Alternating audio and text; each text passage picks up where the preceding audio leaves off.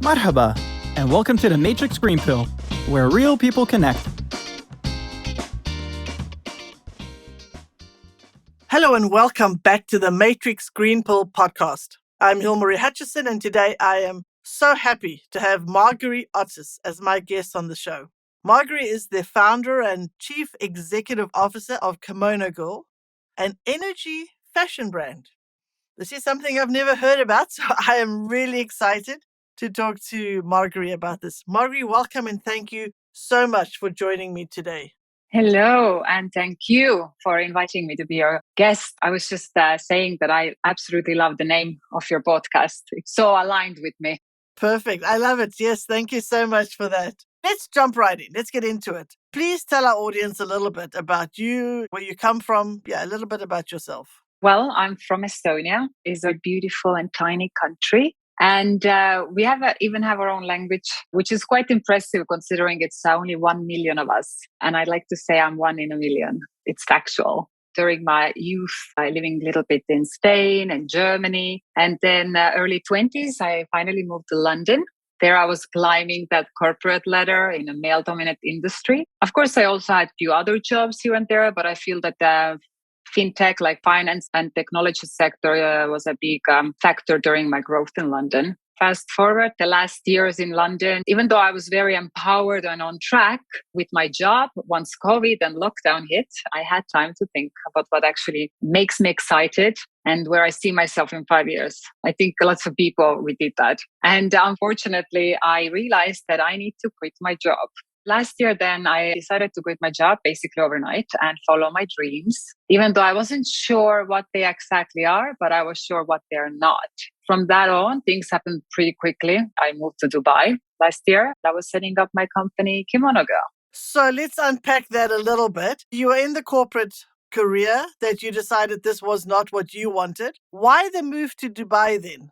Yeah, it's a good question. It actually happened. Firstly, I came just for a holiday, 7-day holiday last January to see my girlfriend, son, and just hang out. And what happened was that during that time, London put Dubai to red list. They didn't let me back in. And instead of, going through this mandatory hotel quarantines and so on, especially because I had a flat in Notting Hill, I was like so rebellious. I'm like, okay, then I'm not coming at all. I continued working for my London job here for 3 months. And when I had to leave my tourist visa, I'd go back. Then I made this decisions. I'm like, actually, why to go back? I did go back just to quit my job and give away my flat. But quickly after that, I took time off, 3-4 months gardening leave. And rest is history, even though it's just recent history, but it feels time goes so quickly. That is absolutely incredible. That visit to Dubai changed things for you. You saw things in a different light and you decided this was now the chance to make that change. Let's talk about what inspired you to choose kimonos. During my career in London, whilst I was in corporate or I was working in very big companies, my outfits were always like shirts, pencil skirts, and high heels. So this was my uniform. And again, I felt very good and empowered. I was like having presentation in a room full of bankers. I was like doing my thing and felt very good with my clothes. But it wasn't until my gardening then last year, after I quit my job, where I was wearing a kimono on the beach, being barefoot. And I had this incredible sensation of feeling truly empowered now by simply being me. I didn't need heels. I didn't need anything. Having my kimono flowing in the wind, it created this cape. So I was like a superwoman. It was all of this all together when I realized that, oh my God, this is something I want other women also to feel, this sensation I had, this epiphany to say. And then, simply making a kimono wasn't, of course, enough. I felt this kimono will be the platform, what I want to transport to women being empowered. What I did was like beside the kimono, we also had to make it magical. And being very spiritual myself, I decided to then implement my spiritual learnings to the kimono garment. And then energy fashion was born. Okay, so you decided this was not just about clothes, about feeling empowered. You wanted to spread this message to other women to have that same feeling. And then you combined this, as you said, with your spirituality. So how did you choose these elements? Because I believe you have 4 elements for the kimonos. Yes, we chose 4 elements. It had to be aligned, of course, with the energy fashion, because it's believed to be the critical energy force by ancient cultures, that earth elements, fire, water, air, and earth, they're thought to be the balance in all all life forms, including bodies. So every element has its own property, right? And I like to call them superpowers. So whichever element kimono you wear, you would then gain these superpowers. Therefore, we suggest to choose and wear an element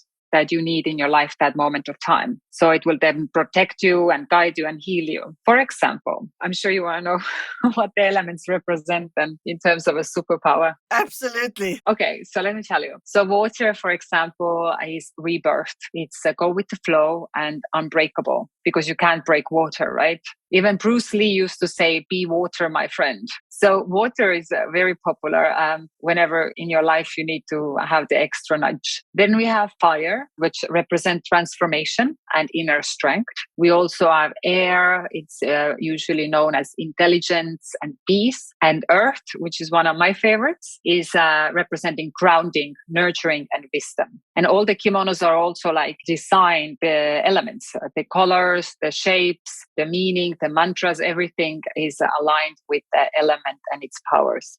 You choose the kimono, as you said, the colors, the design, everything to embody the element that it represents. But how do you infuse it with the energy ritual? Yeah, unpack that for us a little bit. By the way, what kind of superpower do you need? Which element would you choose? That's a tough question. A balance of everything. Yes, please. Thankfully, I have all of them. So depending on the day or a time of the day, I can mix and match. But how we do it, that's the secret sauce, right? Firstly, all our kimonos are handmade. We were very specific who is going to make them. Finally, I found like a beautiful supplier, female-led company, or not company, supplier. And what I didn't know, I just recently heard, by the way, that every time they start creating the garment with their hands, they give a blessing to their hands and fabric. I was mesmerized to hear that. So it will actually start from there. But what we do, and on top of it is like each kimono is actually individually embroidered with a unique elemental mantra, which then holds, the meaning and vibration. Every word is a vibration. And who doesn't know that mantra is like an affirmation that you are used to focus the mind on a positive concept. You keep repeating it or, you keep it around you. We also go through sacred blessing ceremony, which is performed by our energy master, qualified energy master. He charges the kimono with positive energy frequencies. We usually use sounds and chants, bells, and anything that creates a high vibration to charge it with that pure and positive energy. And finally, every kimono actually comes with a letter from the universe that holds the mantras and the guide how to activate your own kimono with your own energies and also to open up your energy centers. So this is the concept. It's like a little bit like a lifestyle.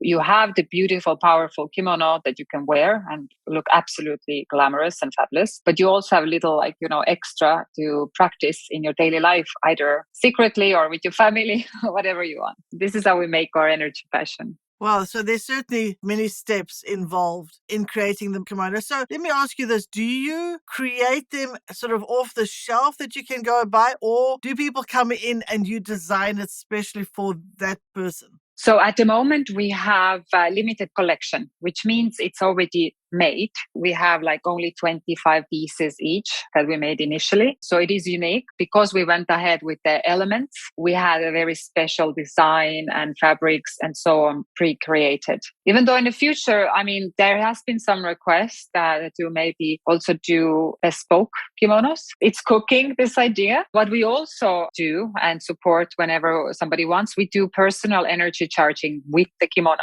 That is usually when you're in Dubai or like in UAE. We can't do it with someone in Europe at the moment because we're based here. That's what we offer at the moment. First of all, if I really need to have 4 of them, so depending on my mood, depending on what I feel I need more support in, that would be the ideal situation, right? To have one of each, as well as promoting positive energy. How would you like people to feel when wearing your kimonos? I would like them to feel absolutely empowered and strong and beautiful. It brings me to the question to you, actually. Do you have anything on your closet that you put on?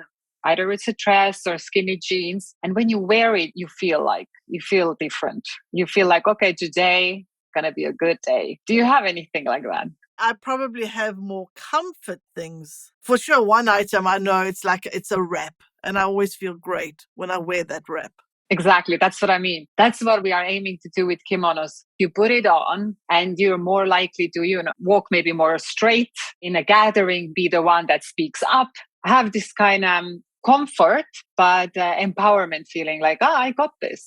So that's what we are aiming to do here. And we actually had already quite a good reviews, people's life changing after they bought the kimono. It's very cool. Oh, wow. Incredible. So you mentioned mantras and embroidering the mantras into the kimonos. What I wanted to ask you about was affirmations. How can we incorporate affirmations into our daily lives? The ones that we put on the kimonos are more universal, that either monks are chanting, is known to be the highest frequency. It's more generic or known. I don't want to just say generic because nothing is generic in our kimonos, but how to incorporate affirmations in general into your life, aside of coming with a letter from the universe, what I mentioned, and it holds chants and affirmations there that we suggest you to repeat like 3 to 6 weeks and promise a better shift in your life. I think the easiest is to also have a little ritual embodied to your day, which can be very short, which we suggest our ambassadors or clients, we call them ambassadors, to do. For example, I can bring my example, what I do. Every morning when I wake up, and I've done it for years, I always thank the universe the moment my feet touches the floor, saying, thank you that I'm alive.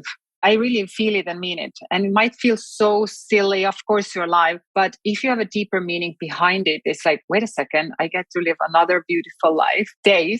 I think it gives an extra boost to the start of your day. And also another trick I have is like when I am applying my makeup in the morning, which I do, and I look into the mirror, then I also say that thank you for wonderful news that I'm receiving today. Thank you, universe. And every time it works, always something cool happens. It's very simple, right? So it's not difficult. And depending on the day, of course, it depends what I need that moment of time. Then I also adjust my mantras. There are many people speaking affirmations who are not actually receiving what they're speaking because they're only using their words and they're wanting the words to make it so. But the universe does not respond to your words. The universe responds to your vibrations, and your emotions indicate what your vibration you are. So what I would suggest my ambassadors and everyone and listeners they're out there, first get to the good emotion, vibration. Go have a walk, pet your dog, have a massage.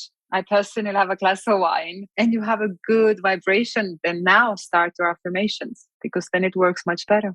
I love that. That's some excellent tips in there. I love the idea of there being several things that we can do to empower us to have the impact, as you mentioned about the affirmations. It's not just the one thing. It's the good vibrations. It's maybe wearing the clothes that empower us. It's doing those daily affirmations. That's really lovely. Let's shift a little bit away from the positive energy vibes and the good talk we've had about the kimonos. Let's talk a little bit about setting up a new business. Because you've just gone through it, you're busy still setting up or working through some of the issues, I'm sure. What are some of the challenges that you faced in setting up your business? Everyone asks me that. Not everyone, but like I keep that all the time. And then to be completely honest, initially I didn't have any challenges, but now they are coming up, meaning like I was quite naive in the beginning. I took my sweet time, making sure the concept is right, the products are perfect. So there was not really pressure. But then when the activating in business started, which,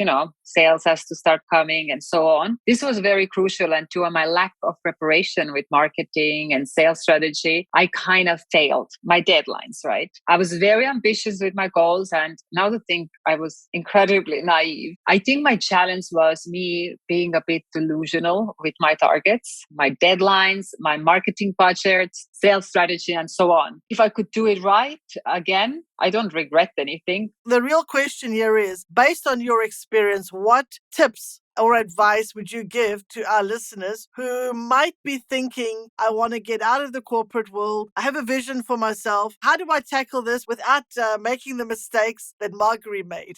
Considering I've done lots of expensive mistakes, what I would not do anymore is to not allocate any budget to PR, to marketing or not enough money. I think my deadlines, I need to be more humble instead of giving myself very harsh deadlines, which is meant to be failed. If you're an entrepreneur and kicking off your business, I don't think you should be that worried about the perfection of your packaging, your like finished website, or even the product. Of course, the product has to be good. I went in it very corporate mindset. And if you're in a startup, you cannot be corporate because it won't work. So if I would need to start again, I would definitely shift budgets from one place to another and start selling as soon as possible. Not when the product is ready, but when you start thinking about it, when it's the idea is there, already put it out there. And especially for me, because energy fashion is something that nobody has ever heard of. I've never met the person that has told, yeah, energy fashion. I know that. Nobody. But good thing is like everyone that hears it, they want to hear more. They're very fascinated. So there is lots of education to do to even tell people that's out there and they need it. I love that. You're right. And I had never heard of energy fashion before. And it is absolutely intriguing. The takeaway there is you're never going to be completely prepared. Don't set your expectations too high. Don't wait for perfection in your product. If you've got a good idea, get it out there. Focus on your marketing, your PR, get the awareness out. Then based on that feedback from people who try it out, you can probably improve the product anyway. Exactly. So don't wait for perfection. So I love that. I think that is absolutely valuable advice because I think sometimes a lot of entrepreneurs might not have gone down the path if they knew all the challenges they were going to face. But they don't regret it at the end of the day. You live and you learn and you build a better business at the end of the day because you learn some hard lessons. Mistakes are fine as long as you learn from them, right? Exactly. Thank you for that. I really appreciate your insights. Our listeners will benefit from your experiences in this regard. So, Margeri, what an interesting concept. I love it. I'm going to have to get myself at least one of the kimonos to start.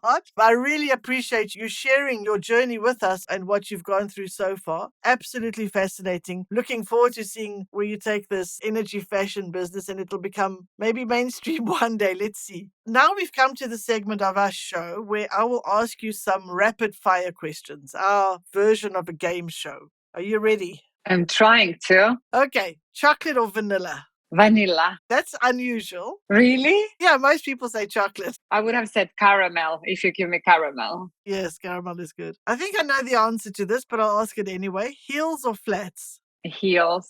Okay, that surprised me. I know that I said the flats because that was my inspiration of empowerment. But, after 15 years on heels, I do feel like when you put them on, you feel more like, I'm taller and so on. So it's perfect for me as well. Lovely. What is success for you? I think the older I get in general, it's just feeling peace of mind and doing your best. As long as you don't have any shortcuts with people or opportunities, I think that's a success of waking up every morning and knowing you're doing what you love and in your right track.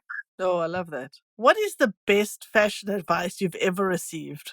Well, kimono always goes with everything, with heels, flats, suits, and so on. But I think the best fashion advice was, it's my advice. I have always clean hair. And I know it sounds so crazy, but I do blow dries. And whenever I have a blow dry and my hair looks so good, I can wear whatever, even my yoga pants. I feel fresh and beautiful. So that's my fashion advice. I haven't got it myself. I love that. I think that's very good. Okay, maybe I should have asked this. What's the worst fashion advice you've ever received? There is so many stuff that I'm looking at people. I'm like, no, it's not going to work. I think it still comes down to if it's very uncomfortable, doesn't fit your body, doesn't matter how in style it is, do not wear it. It's not worth it. Very good. What is one thing you do every day, no matter how busy you are? Well, I do my mantras, affirmations. Yes, very, very good. Okay, well, that was the end of our game show. That was easy enough. Now, before we wrap up, we'd like to do our green pill moment. What green pill advice would you give to your younger self? I think this is also what I'm going to tell my future kids. Sometimes we go through difficult things that may not see that they're blessing that moment of time. I do believe that life is very complex because there is no formula for happiness. In the past, when you take some decisions, as my younger self, You can only trust that the dots will connect later. So the advice I would give to my younger self, I think, is actually very simple and very hard to do, is that don't worry as much, because sometimes you take decisions that are essential to build yourself for the future, but the short term, they can be very disruptive. So you question them. And I'm sure we all gone through this, sometimes even for years. I was just like thinking like people that are also listening right now, and they're like, okay, I've already done this difficult times, but I'm still not happy. I would say just add to it, yet. You're not happy yet.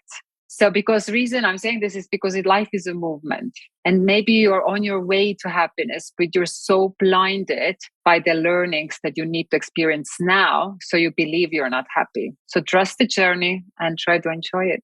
Excellent advice for your younger self and your future children, and for our audience. I think that is very valuable advice. I have so enjoyed this conversation. I love your view on life and trying to share balance and peace and mindfulness with your customers through your kimonos and your energy that you share with them. Thank you very much. Thank you. I really enjoyed your game show and cream pill question. Makes it all fun. And again, thanks so much for having me on board. I'm happy to share a little bit about the energy fashion and what we do here, and hopefully inspired somebody to not worry that much. It's going to be fine. Absolutely. Now, before we say goodbye, Margeri, can you please tell our listeners where they can find and follow you? And of course, we'll put this in the show notes as well. Oh, yes, absolutely. So we are on Instagram, of course. It's called Real Kimono Girl. And then also website, realkimonogirl.com. Okay, so you've got LinkedIn, Instagram, and Facebook. They all have the same handle, Real Kimono Girl. Yes, everyone has the same. If you want to also go and try on our kimonos, you can come and make an appointment to our showroom here in Al Barari in Dubai. Or we are also in 2 boutiques in Dubai, which are all on our website. If you have any questions at all, please let us know. That would be great. I'm hoping that lots of people will reach out to you once they've listened to the podcast. Now, Margeri, thank you again so much for being here with me today. I so enjoyed it, and I wish you and Real Kimono Girl all the very best. Thank you so much. I speak to you soon. If you enjoy our conversations, please like and subscribe. See you next Wednesday.